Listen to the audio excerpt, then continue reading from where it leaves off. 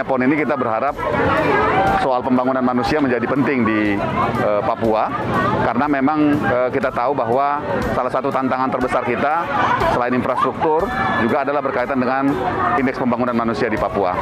Memang secara per tahun itu mengalami peningkatan terus, namun peningkatan ini harus terus kita dorong, termasuk juga melalui momen ini, dan kita punya banyak rencana sebenarnya untuk Papua. Salah satunya misalnya untuk meningkatkan sekolah-sekolah vokasi, karena ini memang merupakan salah satu yang penting untuk di Papua.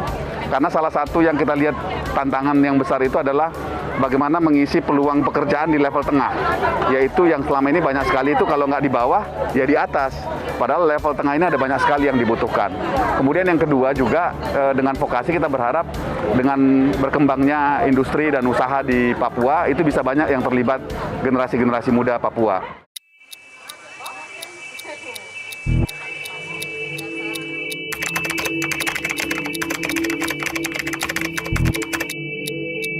Tentu kalau kita di kantor staf presiden itu akan berupaya untuk bagaimana mendorong proses-proses kebijakan itu bisa berjalan dengan baik di Papua, memperkuat koordinasi dengan kementerian lembaga termasuk pemerintah daerah, dan yang berikutnya tentu kita akan mengkomunikasikan ini ke publik tentang bagaimana perkembangan dan situasi di Papua, terutama berkaitan dengan pembangunan sumber daya manusia.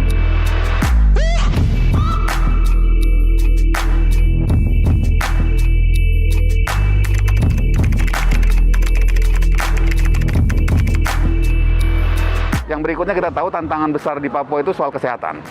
Jadi berkaitan dengan sumber daya manusia memang kita akan memperkuat sumber daya kesehatan di Papua, sehingga nanti harapannya memang tenaga-tenaga kesehatan itu ada di daerah-daerah, sehingga pelayanan-pelayanan kesehatan bisa diberikan kepada masyarakat Papua.